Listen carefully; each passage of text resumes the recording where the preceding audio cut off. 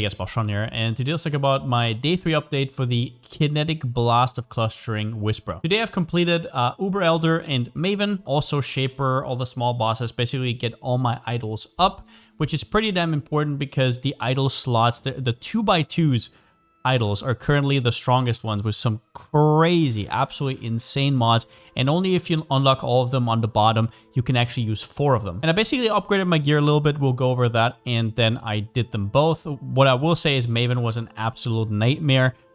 At this point, I was already pretty geared. I have like 15-20 divines into the build, so it wasn't really an issue. I still died 1 or 2 times. I'll give you some tips on that later because I kind of screwed that up. But Uber Elder was pretty damn easy because there's also walls around. And yeah, in general, it's just not really that tough of a fight. But yeah, otherwise it was really just getting new idols for the Legion farm. I'll also show you the ones I acquired. You can actually recombinate into them. I got a little bit lucky with one of them, but mostly I also bought them. I invested quite a bit of divines into it, and it kind of pays back over time, and it really does. That's one of the things I'll also talk about later in the video. But in general, let's go over what changed. Let's go over it. First up, I do not have an Indigon right now. No.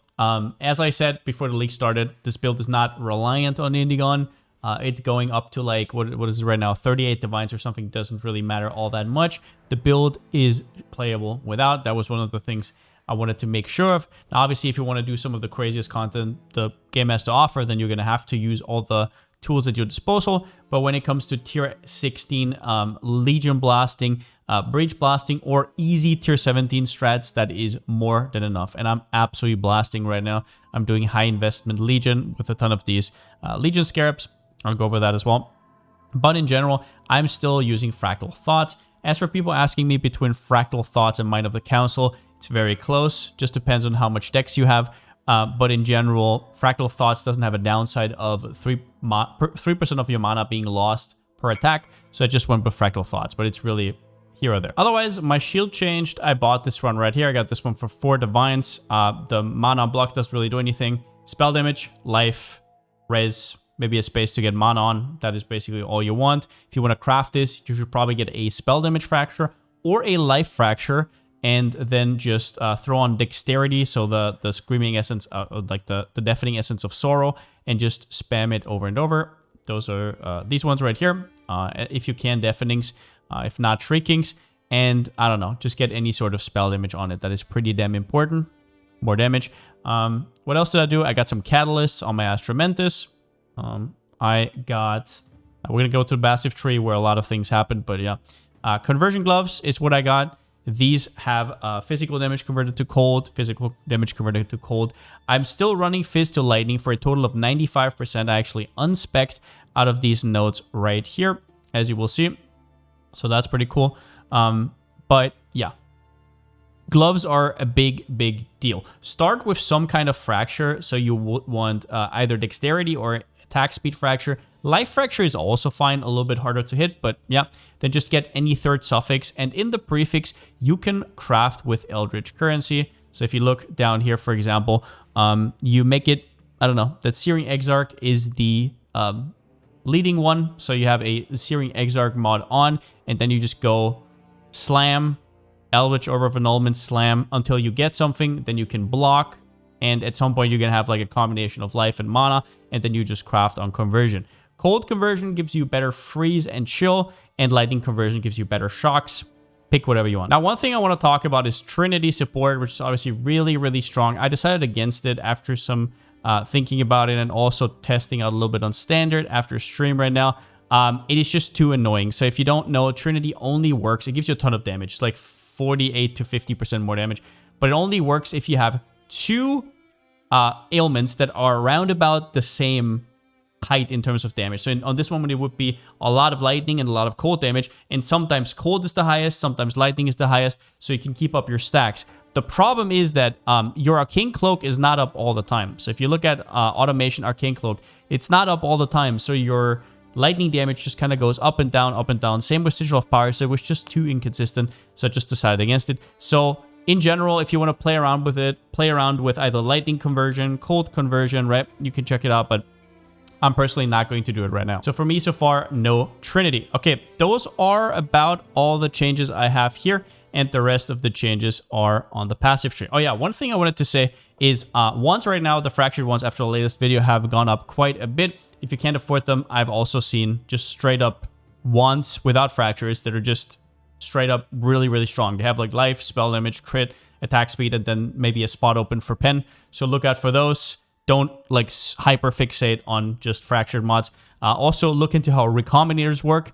Then you're going to save a lot of money, but it is way, way too difficult to explain right here. However, if you do want a guide on how to do a endgame wand, you can also go to my stream and click !wand. It will be there as well. One of my chatters did a complete write-up about that. Now, going to the passive tree, a ton of things happened here. I will link this down in the description as always. So the first thing I did was get this tattoo right here, which is very expensive right now. I think it was like a divine. And this gives you attack leech, which means you don't need attack leech anymore, but you still need mana leech. However, you can now unspec these nodes and just get this leech cluster down here, get essence sap, get more maximum recovery for mana, and still get the instant leech, right? And you have the life leech now from here, which let me unspec all of this. And that's a lot of points, right? Then I also unspec'd Winter Spirit. Now, when it comes to conversion, you need to make sure that you do not have 100%. So for example, for me, I would want to get as close to 99% as possible. I would have physical to lightning, which is 50%. And then I have these 45% here. If I, for example, make the implicit go to 25, I would have 100%, but I don't want to, so I would go with the crafted mod to 24. And the reason why you still need some kind of physical is because these bleed nodes are so good, and you can only bleed if you deal at least a tiny bit of physical damage. So always keep that in mind. If you're doing that incorrectly right now, just make sure you know that, and make sure you act accordingly.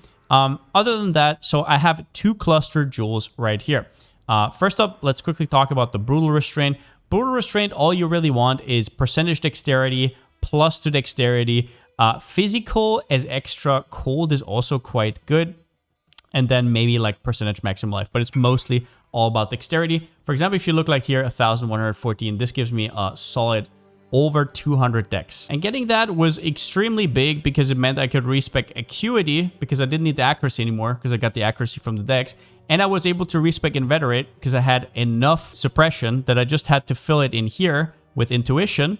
And the rest I got from the dexterity because dexterity equals spell suppression with mage bit. But as always, this is something you'll have to play around with. You can also maybe get a spell suppression roll on your new gloves. And once again, it's really important that if you cut the Dodre's gloves, that you actually get the spell damage back, for example, on your shield, or at least you have that. So otherwise, you're going to lose a lot of damage. But this way, you're actually gaining damage. As for clusters, if you want the perfect ones, I would personally not tell you to craft these. I would just buy Prismatic Heart, Scintillating Idea, and Widespread Destruction on an 8 passive. But if you don't want to go perfect, you should most likely buy a large cluster jewel with 8 points lightning, and then spam on, I think it was Metallic Fossil, right? Metallic until you hit Scintillating Idea and 2 other passives. Just make sure that the second passive that's in front is at least decent. But getting 2 times Prismatic Heart gives you a lot of res. I personally don't need it. All it really did for me is I was able to unspec Allura, so I did that. But yeah, as you can see, 1 cluster jewel should be pretty easy to get, either the accuracy wheel or the spell suppression wheel. Turn that around. You can also unspec Arcane Chemistry. This is probably the weakest mana wheel you have. You can also unspec some of these small points maybe. This point is just something I put in right here. I'm probably going to unspec it once I have another point. I got the jewel, obviously. And yeah, that's about it. The second one is a little bit more nifty because it takes an extra point to path down here. And then, yeah. But that's something you'll have to see. I'm currently level 96, and I will soon get to level 97. Now, as for Maven and Uber Elder, a big thing I would tell you to do is to forget about your shield charge. That is not very good. And get yourself a Flame Dash. If you can get one with CDR, even better. But this is going to make a big difference. And I died like 2 or 3 times to Maven for no reason, just because I didn't do that. So especially for Maven, it's going to be a big deal. My current POB, let me just check, is at 2.6 million once I take everything. I did Maven and Uber Elder at around about 1.5, just so you have like a comparison. But everybody's better or worse at certain bosses. I'm really bad at Maven personally. I'm pretty damn good at Uber Elder, so that wasn't really an issue. But yeah, just so you have like an approximation. Now, in terms of farm, I changed a few things around. You might have seen how many, like from the messages I got here, I basically just sold all my emblems. I'm basically printing them at this point, and I'll just kind of show you. First, I got this one right here with both Maraketh and Templar army. I bought this one for 4 divines. And yeah, this just makes it so you get the better armies more often, which means more scarabs. It means more of the good rewards, and it also means more of the good emblems. As well as that, I replaced this one right here with extra reward mobs, right? Plus Maraketh. So I have double Maraketh now, which once again, really strong. Those are currently by far the most expensive emblems. And then I also got 1 or 2 upgrades here. So I now have I think 1, 2, yeah, I have 3 in total. 3 of the chance for Timeless Splinters to drop as Timeless Emblems instead. And then I even have 1 with both. I bought this one for a lot of money. I think it was like 8 or 10 divines or something. I just literally did it, and I already got my money's worth back in just farming today. Do note, though, that everything I'll show you here is quite overpriced right now because a lot of people are farming this.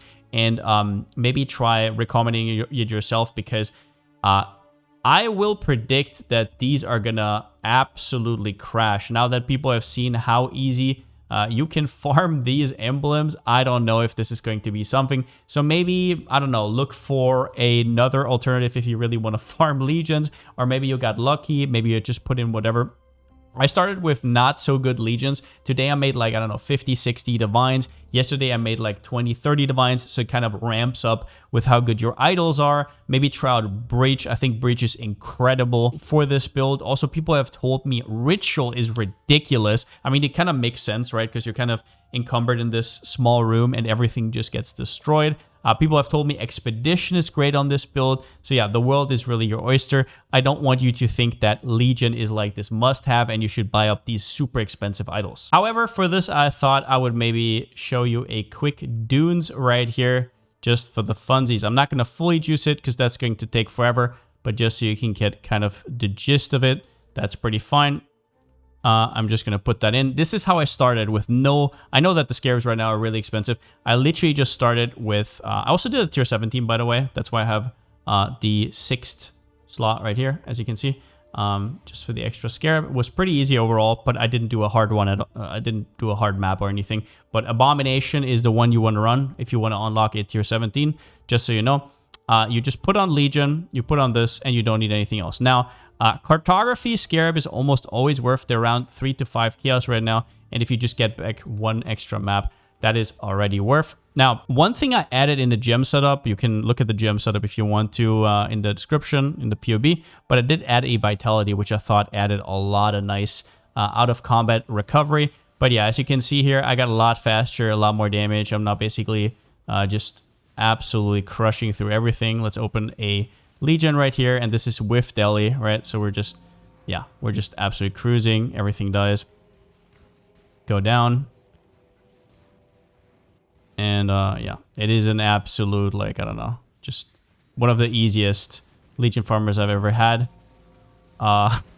This is what I did last league, but last league it was obviously different because last league this wasn't a league starter. This was an extremely expensive build. And I feel like for this kind of content, it already feels like that on Whisperer. Whisperer just really opened up the chance to do this on a way more budget-friendly approach. Hierophant just kind of blows, honestly. Arcane Surge doesn't work for attacks, so a lot of the power of Hierophant is kind of blown. And honestly, I'm not really noticing the AoE loss. Although, one thing I was playing around with and that I might do eventually is actually go full conversion on the tree. So I get back the conversion nodes on the tree. And I cut the Fizz to Lightning and go for Awakened Increased Area of Effect. Let's release this. I'm just going to finish this real quick to show you. I will probably loot after. Let's just show you another Legion, I suppose. Just because it's so nice. I hope my bitrate is keeping up with this. But it is extremely nice. This is the Heritage POB, the Heritage MTX 4KB, which is very spammy, but it just, I don't know, it just feels so goddamn good. So as you can see, at this point, we're just going through it like butter. Sometimes there's like a Soul Eater like this one that can get quite nasty. But yeah, this is on just 2.6 million, right? Like we have no Indigon, no nothing. As you saw in my Mira tier or even my Endgame POB, we're talking 15 to 50 million of this DPS per projectile, right? So yeah, in total, build is going absolutely great. Legion, Breach, Expedition, Ritual, everything mapping focused. You can have an absolute blast. But yeah, that's like about all I got for today. You can see that I still have some items that really need upgrading. These boots right here, the belt. So a lot of that is going to happen over the next 2 days. I'm not sure if I'm going to put an update tomorrow because I'm probably just going to be farming like crazy. I don't know if I'm really going to have anything to say for that, but there is at least going to be a day 5 update. If I buy Indion, now I'll tell you completely honestly right now, everything I want to farm right now, I can already do. Like, I don't actually need the Indigon, but Indigon has just been climbing up, obviously, because of the Mana Forged Arrow build that needs it. Or, I don't know if it actually needs it, but a lot of people told me it is not very good before that. So, that kind of drives up the price. Do I really want to buy this when it's probably going to go down later once people have dropped more of them? I'm not sure. Seems like a waste of money. I don't really need it right now. It might also be cumbersome to kind of do... like get the mana to work, right? Like, I don't know, then I have to buy a Watcher's Eye. So we'll see about that. If I do that, I will definitely make an update, and there will also be an update in like 2 days or so about my last upgrades, or maybe going a little bit further. We'll see. But either way, I hope you guys are enjoying everything. If you have any questions, over on twitch.tv/Palsteron. We're kind of hanging all day. And yeah, since I still don't have a slogan, see you next time.